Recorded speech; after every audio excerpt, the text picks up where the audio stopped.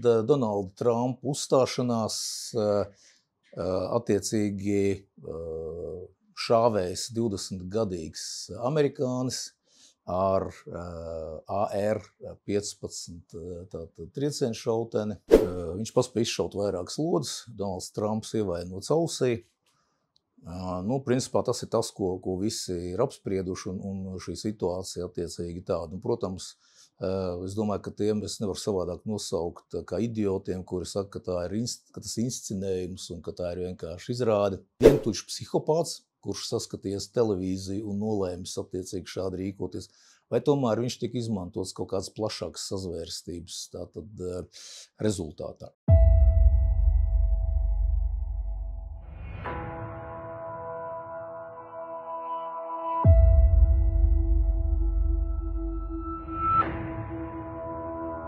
Labdien, Arnold! Labdien, Raimond! Sestdienas vakarā ASV un svētdien rīta Eiropā pasauli pāršalts ļoti nozīmīga ziņa. Atentāts pret bijušo ASV prezidentu un tagadējo, visticamāk, nākamo prezidentu Donaldu Trumpu, kas notika Pensilvānijā. Principā, varbūt ļoti īsi mums vajag tomēr pieskarties notikuma apstākļiem, un es varbūt tev palūkšu vēlāk nokomentēt arī jautājumu par slepenā dienesta un policijas drošības struktūru efektivitāti šajā gadījumā. Bet situācija sekojoša. Tātad Donalda Trumpa uzstāšanās attiecīgi šāvējs 20-gadīgs amerikānis ar AR-15 triecienu šauteni, kas ir tāds civils militārās triecienu šautenis M16 ekvivalents. Viņš paspēja izšaut vairākas lodes, Donalds Trumps ievainots ausī. Principā tas ir tas, ko visi ir apsprieduši, un šī situācija attiecīgi tāda. Protams, es domāju, ka tiem es nevaru savādāk nosaukt kā idiotiem, kuri saka, ka tas ir inscenējums un ka tā ir vienkārši izrāde. Tur vēl ir viens nogalinātais un divi smagi ievainotie šajā te apšaudē. Tātad Donalds Trumps praktiski palika dzīvs, tur 1,5 centimetrs, teiksim, uz vienu pusi un viss, un būtu lode galvā 5,56 mm, un principā tad mums tiešām būtu neparedzamas sekas. Pilsoņu karš Amerikā, manuprāt, tas būtu vistiešākais rezultāts. Vēl jau vairāk šodien, pirmdien, ir tātad Viskonsinā ir Nacionālais konvents republikāņu, kur Donalds Trumps oficiāli tiks izvirzīts ASV prezidenta amatam no republikāņu partijas. Tātad, tu zini, es domāju, ka, ja mēs skatāmies šeit no vairākām lietām, pirmā, protams, ja tu atceries, tad gan prezidentūras gados, gan beidzamos 4 gados, kad Baidens ir prezidents, Donalds Trumps tika apzināti demonizēts. Tātad viņš par attiecīgi fašistu, par demokrātijas kaprats un tā tālāk. Principā visi tie mēdī, kas principā atbalsta demokrātus, CNN, The New York Times, Washington Post un cits, viņi principā demonizēja Trumpu. Un, protams, ka šeit izskatās, ka ir vienkārši 20-gadīgs psihopāts, to visu uztvēra nopietni un centās nogalināt ASV prezidenta kandidātu un iespējamo prezidentu. Tātad šī pati vide, naids, konkrēti mēdī, kas visu šo naidu tiražē, un attiecīgi šeit mēs redzam rezultātu dažus mēnešus līdz prezidenta vēlēšanām. Bet man šeit ir tomēr jautājums, tātad, vairāk jautājumu, ko es arī pēc tam gribēšu, lai nokomentē. Pirmais jautājums ir tāds, ka tātad vai tas ir, teiksim tā, vientuļš psihopāts, kurš saskaties televīziju un nolēmis attiecīgi šādi rīkoties, vai tomēr viņš tika izmantots kaut kādas plašākas sazvērstības tātad rezultātā. Otrs jautājums – fakti. Šāvieni tika izdarīti no ēkas jumta 137 metru attālumā no Donalda Trumpa.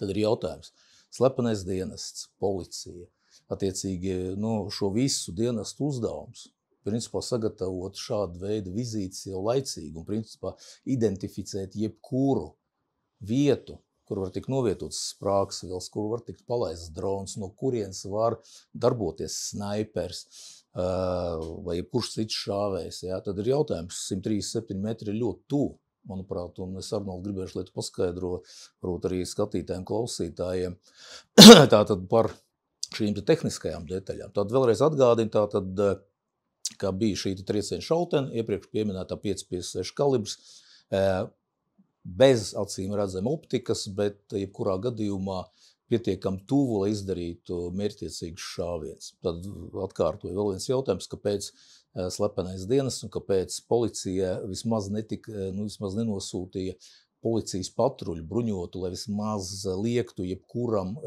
uzrāpties uz šī jumta konkrētā vai uz kādu citu jumtu, kas varētu, teiksim, kalpot par. Tātad, lūk, kas attiecās uz sekām, es domāju, sekas mēs vēl redzēsim. Šobrīd ļoti daudz saka, ka principā Trumps ir uzvarējis vēlēšanas, ka viņa atbalstītāji vēl vairāk saliedēsies ap Trumpu. Un, attiecīgi, tas varētu nozīmēt, ka Trumps 5. novembrī uzvar ar ievērojumu pārsvaru. Vēl, protams, ko es gribēju piezīmēt, atcerēsimies, ka pirms neilga laika Slovākijā bija atentāts pret Slovākijas premjeru Fico. Tas bija nedaudz savādāks atentāts, no ļoti tuvas distances ar pistoli, apmēram 5 trāpījumi premjerministram. Un viņš ir dzīvs. Tātad abi šie cilvēki, paldies Dievam, ir dzīvi. Ja? Bet tad ir vēl trešais jautājums, Arnold. Tātad nezinu, kāpēc tiek organizēti un veikti atentāti pret konservatīviem politiķiem. Mēs neesam dzirdējuši pagaidām, ka kāds gribēja nogalināt kādu, teiksim, liberālu gubernatoru Amerikas Savienotās valstīs vai kādu liberālu prezidentu vai premjerministru Eiropā. Tātad, manuprāt, ir pārkāpta kaut kāda nerakstītie likumi. Jūs tomēr nenogalinat prezidenta kandidātu. Lai gan atgādināšu klausītājiem, ASV vēsturē ir bijuši vairāk gadījumi, kad prezidenti bijuši nogalināti un bijuši vairāk gadījumi, kad ir bijuši atentāti. Un tātad vispazīstamākie, protams, ir teiksim, Džona Kenedija slepkavība 1963. gadā. Viņa brāļa Roberta Kenedija slepkavība 1968. gadā, bet kopsumā ASV ir atentātos nogalināti 4 prezidenti 19. gadsimta. Sāksim ar visslavenāko Abrahamu Linkonu un vēl dažiem prezidentiem, kā arī iepriekš pieminēto Džonu Kenediju. Vairāk atentāti pret ASV prezidentu Geraldu Fordu pagājušā gadsimta 70. gadu otrā pusē. Un viens no visslavenākiem tātad atentātiem un slepkavības mēģinājumiem atentāts pret Ronaldu Reiganu 1981. gadā. Tātad tas negadās bieži. Kā mēs redzam, tas ir ārkārtējs gadījums. Kādas būs sekas? Šobrīd mēs rēģējam uz to informāciju, kāda ir. Sekas noteikti būs dramatiskas. Vispirms iekšpolitiski, jo līdz vēlēšanām ir palikuši tikai 3,5 mēneši. Arnold, pasaki man lūdzu, kā profesionāls. Teiksim, ja mēs runājam par snaiperu šauteni, tātad tādos apstākļos, kad snaipers ir nevis militārā, teiksim, zonā vai kara situācijā, bet snaipers ir, gatavo kaut kādu atentātu. Pirmais jautājums, cik ir, teiksim, attālums, kad snaipers var būt drošs, ka viņš mērķi likvidēs. Tātad, cik ir šis attālums un arī cik attālums līdz ar to ir liels, kur slepeniem dienestam un policijai šī situācija jāmonitorē, kur jāliek posteņi, lai tātad nepieļautu šādu vietu izmantošanu snaiperiem. Otrs, teiksim, mēs runājam par šo pašu M16, es esmu pats šāvis ar M16, es pārliecināts, to arī tā ir pietiekami tāda masīva trieciena šautenē, tu nevari viņu paslēpt vasaras laikā, tātad to viņu tu rāpies uz jumta, arī daudz cilvēku to redzēja, bet policija un slepenais tātad dienests, kaut kā neņēma vērā visus šos brīdinājumus par šo lietu. Tātad 137 metri, Arnold. Tas ir daudz, maz, tuvu, tālu, lūdzu, tavs viedoklis. Tad pirmkārt, ko es varu secināt, ka tad tika izmantot šī trieciena šautene, AR-15 tipa trieciena šautene, jā, jo mēs varam arī pielīdzināt, lai būtu saprotami, mums armijā bruņojumā ir Kehler un Koch G36, triecienu šautens ar to pašu kalibru 5,56 NATO, ja, tātad efektivitāte ir līdz 600 metriem normāli, tāda precīza šaušana ir ļoti līdz 300 metriem, ja. Tad, ja mēs ņemam 137 metrus, tad tu pats saproti, ka tas nav būtībā nekāds attālums. Ja? Cilvēkam, kas ir gūs kaut kādu ziemeņu zināšanas šaušanā praktiskajā.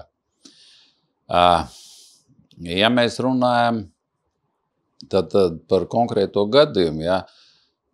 Šeit tika izmantot šī AR 15 tipa triecienu šauteni, tad netika izmantot snaiperu šauteni, snaiperu ierocis, kur šis efektivitāte attālumi ir daudz tālāk, ja? Normāli līdz 1000 metriem, tāda 100% ir. Tad snaipers principā var pielietot apmēram līdz 1000 metriem snaiperu šauteni ar pietiekami lielu garantiju, ka mērķis tiks likvidēts. Var arī tālāk, bet tātad šeit ir jautājums par profesionalitāti, par profesionālām iemaņām, cik sagatavots ir šis snaipers un var tālāk, kāpēc var arī 1500 metri attiecīgi no ierocis, no kalibra un no iemaņām, ja.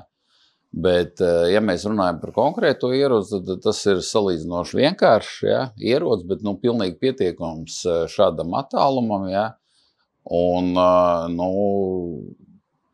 ja šis cilvēks ir kaut vai gūs kaut kādas iemaņas šaušanā, var teikt, grūti ir netrāpīt, jo būtībā, snaipers vai cilvēks, kas ir gūs iemaņas un iet uz šādu, teiksim, atentātu, tad pamatā vienmēr, teiksim, koncentrējās uz vienu precīzu šāvienu. Ja, nešaut tur vairāk kā vienu šāvienu, ja viens precīzs šāviens, ja. Tāpēc, man tas liekas dīvaini, kad viņš tur 5 reizes izšāva, acīm redzot, viņš saprat, ka netrāpīja, tāpēc arī ciet citi cilvēki tur apkārtēji, ko es varu spriest, kad, iespējams, ka šis cilvēks, lai iet uz šādu atentātu, pirmkārt ir jābūt kaut kādai vai pārliecībai, politiskai ļoti lielai naidam, vai psihiski slims viņš ir. Mēs arī varam vilkt paralēlis par kaut kādiem, kas notiekās tuvajos austrumos, vairāk musulmaņi, kas apkarās ar sprākstvielām, ja, un ar reliģiozu vai kaut kādu citu iemeslu dēļ tiek pārliecināti un iet un izdara pašnāvību, ja, un uzspridzina gaisā un rada, būtībā teroru starp, mierīgiem iedzīvotājiem, ja. Tad es šeit vairāk redzu, ka tas nav tāds bijis profesionāls, ja, bet ir bijis cilvēks, kurš, savērvēts visdrīzākais iespējams, ja.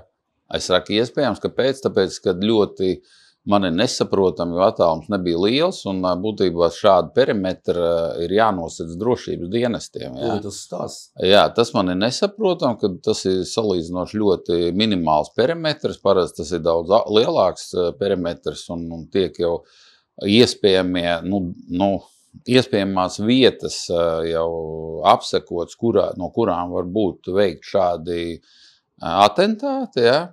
Un tad šis ir konkrēti šo dienestu, es nezinu, nolaidību vai iespējams, ka tas ir bijis, nezinu, es negribu tā izteikties. Iespējams sazvērstība, ja kāds ir palīdzējis vai nav pastījies uz to pusi, ja, vai kaut kā tā. Tas ir tikai minējums, ja, jo Amerikā, kā tu zini, diezgan populāri ir šie bijuši, ja mēs vēsturiski skatāmies pret dažādiem prezidentiem šie akti, ja, atentāti. Un tāpēc saku, ka manā skatījumā, profesionāls cilvēks, varētu trāpīt mērķī, ja, un izdarīt, tēmēt precīzi šāvienu, viņam nevajadzētu 2, 3, 4 reizes šaut, ja. Tad šeit ir tas jautājums par to cilvēku pārliecību, ja, un profesionalitāti, ja, kad, viņš ir, šāvs, acīm redzot, skatot, es redzu, ka viņš nav bijis pietiekami, adekvāts vai profesionāls, vai viņam nav pietiekams iemaņas bijuši, vai emocionālais bijis stress, vai vēl kaut kas, ja, pie šādiem apstākļiem, ja, jo, Viņš jau kaut kādu iemeslu pabudināts, veids šīs darbības. Pirmkārt, viņš pirms sava nozieguma izdarīšanas izplatīja īsu video rullīti, ka viņš teica, ka viņš ienīst Trumpu un ienīst republikāņus, un ka viņš ir gatavs veikt šīs darbības. Otrkārt, ja tu apskatītos viņa fotogrāfiju, tad tāds tipisks liberālis, ja, ar tādu psihisku novirzījumiem, nopietniem, ja. Bet, principā, rezultāts tāds, ka viņš varēja nogādāt Donaldu Trumpu. Būtībā paveicās. Būtībā paveicās, jo ļoti grūti ir no tāda attāluma netrāpīt. Pat neprofesionālam cilvēkam. Pat neprofesionālam. Snaipers taču darbojas tomēr pāros. Ir snaipers un ir novērotājs. Pareizi, kurš principā novēro visu šo te apkārt. Jā, tas ir vairāk kaujas apstākļos, jā, bet šādi, vairāk teroristiski akti, tas cilvēks iet viens, ja būtībā. Rezultāts. Tā kā, ko Arnold, principā es domāju, ka mēs redzēsim, kā tālāk virzīsies notikums. Skaidrs, ka notikumi būs ar milzīgu ietekmi gan ārpolitiski, gan iekšpolitiski. Šodien mēs vienkārši apspriežam to, ko apspriež visa pasaule. Paldies tev par tavu viedokli, uz redzēšanos. Uz redzēšanos.